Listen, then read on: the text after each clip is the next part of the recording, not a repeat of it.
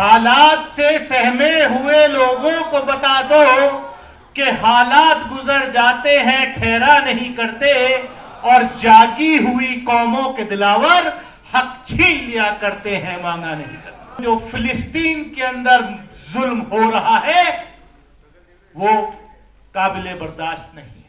दुनिया की खातिर नहीं, दीन की खातिर, अल्लाह की खातिर और उसके दिए हुए उसूलों और ज़ाब्तों की खातिर अपनी जानों का नजराना जानते पूछते हंसते खेलते पेश किया और दुनिया के अंदर एक मिसाल कायम करी कि हक के लिए जान देने वाले इस 21वीं सदी में भी मौजूद हो सकते हैं। फलस्तीन तुम ज्याले हो कि कहर बरसाते आसमान, खून थूकती जमीन, बारूद में बसी फिजा में सांस लेते हो, गरजते आईनी अफरीतों के मद्दे मुकाबिल जख्म खूरदा हाथों में पत्थर लिए जुल्म के सामने सीना सुपर हो।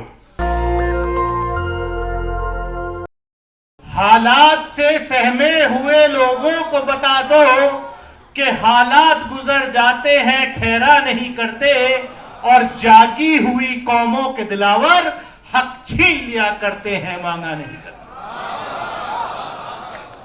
बुजुर्गों और मेरे नौजवान साथियों, मैं पिछले साल भी यहां इसी हॉल में था और पिछले एक साल में जब यहां थे और आज यहां खड़े हैं तो दुनिया की तस्वीर और फिलिस्तीन की तस्वीर सिर्फ रोंगटे ही खड़े नहीं कर देती, जिसके अंदर मैं सिर्फ अपने मुल्क हिंदुस्तान की बात नहीं कर रहा, दुनिया के अंदर अगर कोई इंसान होगा, किसी के अंदर अगर जरा सी भी इंसानियत अगर होगी, तो वो जो फिलिस्तीन के अंदर जुल्म हो रहा है वो काबिले बर्दाश्त नहीं है। और जो उस जुल्म के खिलाफ खड़ा नहीं होता, समझिए कि वो इंसान नहीं। आज जो वहां पर हो रहा है किसी से छुपा नहीं। एक तरफ जैसा मेरे से पहले स्पीकर ने कहा कि हमारा मसला किबला अव्वल तो है ही है, लेकिन जिस तरीके से वहां नस्लकुशी की जा रही है, मासूम बच्चों को मौत के घाट उतारा जा रहा है, इस जब से ये दुनिया बनी है मैं समझता हूं कि इंसानियत के खिलाफ इतना बड़ा जुल्म कभी ना हुआ होगा और ना आगे होगा। मैं सल्यूट करता हूं फिलिस्तीन की उस आवाम को। मैं पैगाम देना चाहता हूं हिंदुस्तानी होने के नाते, क्योंकि हमारी जो फॉरेन पॉलिसी है, महात्मा गांधी के टाइम ने कहा था कि फ्रांस अगर फ्रेंच लोगों का है, इंग्लैंड अगर इंग्लिश का है, तो ऐसे ही फिलिस्तीन जो है वो फिलिस्तीनियों का है। और हमारा मुल्क आज भी सरकारें आती रहे या जाती रहे, और मैंने चैलेंज किया था जब फिलिस्तीन के ऊपर ये लगातार हमले हो रहे हैं, हो सकता है हुक्मरानों की कुछ मजबूरियां रहती हों, लेकिन जहां तक भारत की फॉरेन पॉलिसी का सवाल है, वो एक आजाद फिलिस्तीनी मुल्क के हक में है। वो हमारी पॉलिसी नहीं बदली गई। मैं इतना ही कहना चाहता हूं कि ये लड़ाई जो वहां की आवाम लड़ रही है, उसके साथ हम जैसे लाखों करोड़ों लोगों की दुआएं, उनकी सॉलिडेरिटी फिलिस्तीनी आवाम के साथ है। और जब तक उनको उनका हक नहीं मिलेगा, जब तक एक इंडिपेंडेंट पैलेस्टाइन स्टेट नहीं बनेगा, तब तक ये लड़ाई जारी रहेगी।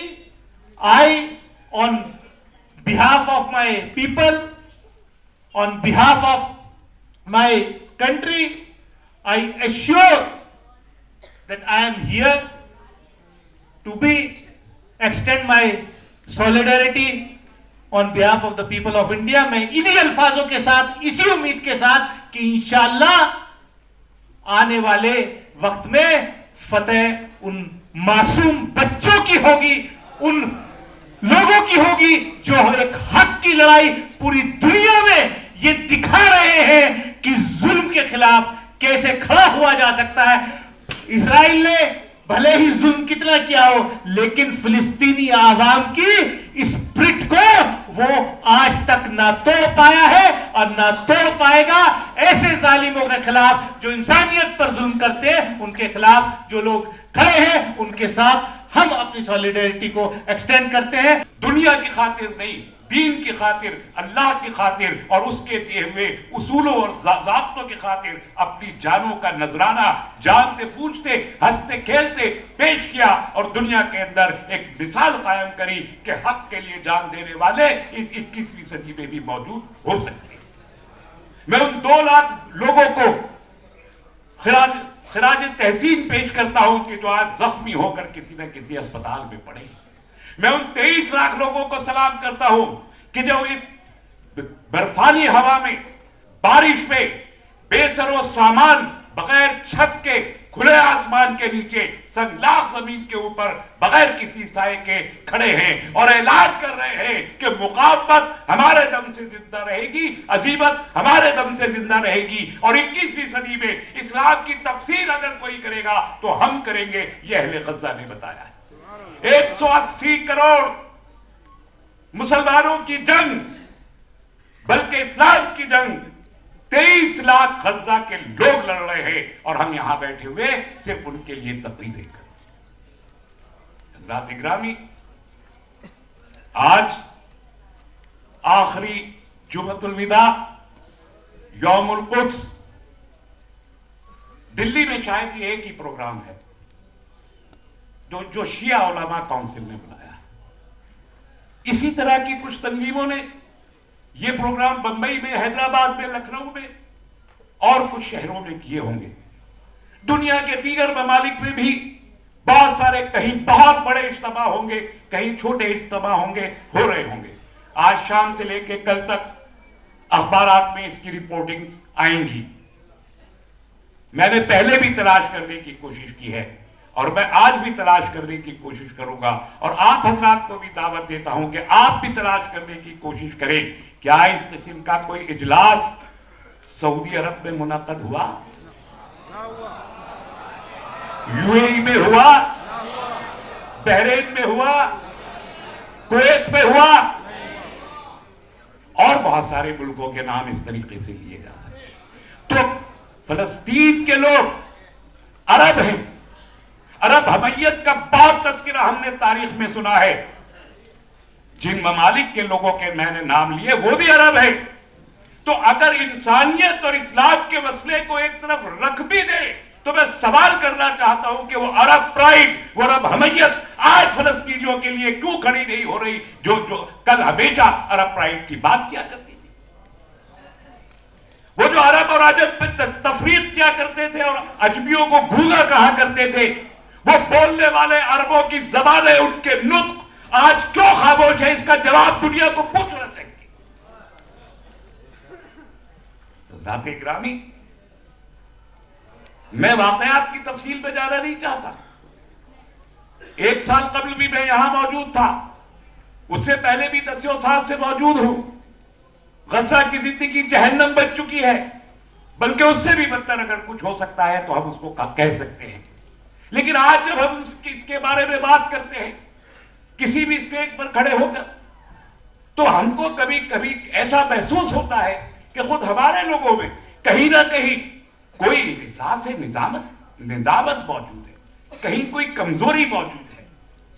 वो फख्र, वो प्राइड, सॉलिडेरिटी और यकजहती का वो जज्बा जो ईमानदारी और इखलास के साथ हमारे सीरों में, हमारे दिलों से निकल के हमारी जबानों तक आना चाहिए, वो कहीं ना कहीं किसी मसलहत के दामन में पर छुप जाने की कोशिश कर रहा है। जब हम कहते हैं कि फलस्तीन का मसला हाँ बैतुल मुक़द्दस का तो है, लेकिन इंसानियत का मसला और इस्लाम का मसला क्या दोनों अलग अलग हो सकते हैं? क्या इस्लाम और इंसानियत दो अलग अलग चीजें हैं? जब हम इसे सिर्फ एक ह्यूमन ट्रेजेडी मानते हैं, जब हम कहते हैं कि ह्यूमन कैटास्ट्रॉफ है, जब हम ये कहते हैं कि नेशनलिस्ट इशू है, जब ये कहते हैं कि ये सिर्फ एक ह्यूमनिस्ट इशू है, जब हम ये कहते हैं कि ये सिर्फ तो एक खित्ते के लोगों पर होने वाले जुल्म का मसला है और इस्लाम का भी एक मसला इसलिए हो सकता है कि वहां यौमुल कुद्स मौजूद है, हम अपनी जंग की शिकस्त का ऐलान करते हैं। ये इस्लाम का ही मसला है और आपको खुल के कहना पड़ेगा कि इस्लाम और गैर इस्लाम के माबैन एक जंग हो रही है और उस जंग को अकेले अहले गज़ा लड़ रहे हैं, अहले फलस्तीन लड़ रहे हैं, हमारा उसमें कोई रोल नहीं। क्यों कायम हुआ था फलस्तीन? बेलफोर्ड डिक्लेरेशन किसने किया था? किस बुनियाद पे किया था? क्यों लेना चाहते थे इस्राइल के लोग फलस्तीन को? क्या उसकी तारीख पढ़ना नहीं चाहते? उसे भूल जाना चाहते? या सिर्फ इसलिए कि आपके पॉलिटिकल, आपके सेकुलर क्रेडेंशियल साबित रहे, इसलिए आप अहले गज़ा को गाली देना चाहते हैं कि आप इस्लामिस्ट हो? आपको शर्म आती है ये कहते हुए कि हम इस्लामिस्ट हैं, इसलिए आप सेकुलरिज्म, डेमोक्रेसी और ह्यूमनिज्म के पर्दों में छुप के अपने इस्लाम को बचा के रखना चाहते हैं। और ये अहले गज़ा के साथ सॉलिडरिटी नहीं। हज़रत मैं अपनी गुफ्तगू खत्म कर रहा हूं।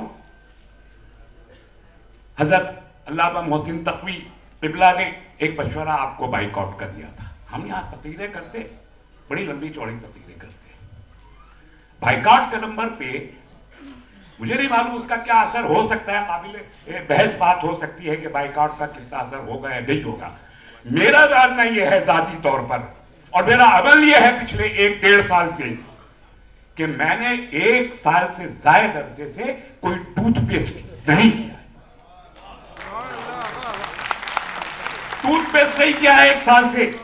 इसके बावजूद अल्हम्दुलिल्लाह मेरे मुंह से बदबू नहीं आती, इसलिए कि मेरे नबी सल्लल्लाहु अलैहि वसल्लम ने मुझे मिसवाक अता कर रखा।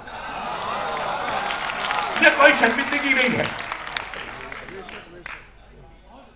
मैंने आज तक पिछले 2-3 साल में कोई कोल्ड ड्रिंक नहीं पिया, कोई पेप्सी, कोई कोका कोला या उसके ब्रांड का मैंने कुछ नहीं इस्तेमाल किया, इसलिए कि मैं मानता हूं कि मेरे पता नहीं मैं और कौन सी अमेरिकी और इस्राएली प्रोडक्ट इस्तेमाल करता होऊंगा, शायद जाने अनजाने, लेकिन अगर मैं $1 का नुकसान भी रोजाना पहुंचा सकता हूं तो ये उस आग में आग डाले नमरूद में उस चिड़िया के पानी की एक बूंद हो सकती है।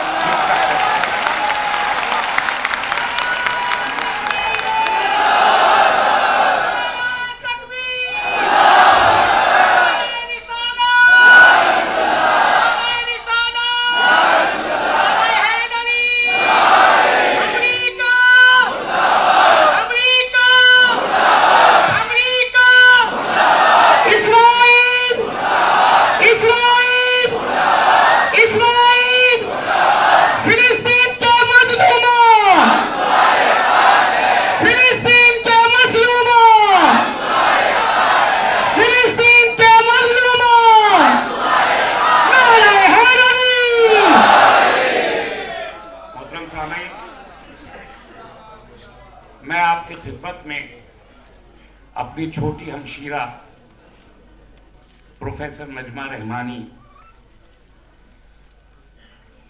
जो अब इस दुनिया में मौजूद नहीं है, 21 रमजान को क़ज़ाए इलाही के तहत अल्लाह ने उन्हें अपने पास बुला लिया। वो भी फ़लस्तीन की बहुत बड़ी एक्टिविस्ट थी। मैं एक नज़्म, उनकी लिखी हुई नज़्म, छोटी सी नज़्म है, आपकी खिदमत में पेश कर रहा हूँ। हमारी हजारों तकरीरों के मुकाबले मुझे लगता है कि एक छोटी सी नज़्म बहुत कुछ कह गई है। समाअत फरमा लीजिए और एक इसाले सवाब के लिए सूरह फातिहा मेरी बहन के लिए पढ़ लेंगे तो मुझ पे एहसान होगा। नज़्म समाअत फरमा लें। फ़लस्तीन तुम जियाले हो, फ़लस्तीन तुम जियाले हो कि कहर बरसाते आसमान, खून थूकती ज़मीन, बारूद में बसी फिजा में सांस लेते हो। गरजते आईनी अफरीतों के मद्दे मुकाबिल जख्म खूरदा हाथों में पत्थर लिए जुल्म के सामने सीना सुपर हो। जवान बेटों के बुरीदा जिस्मों, माओ बहनों बेटियों की सर बरहना लाशों, खाक में नीम पेवस्ता मासूम चेहरों बेनूर आंखों, सर्द पेशानियों के दरमियान खड़े हो और ये लहूलुहान मंजर देखते हो और जीते हो। रगों में लहू की हरारत लिए अम्बोहे जालिमा से नबरोदाजमा हो और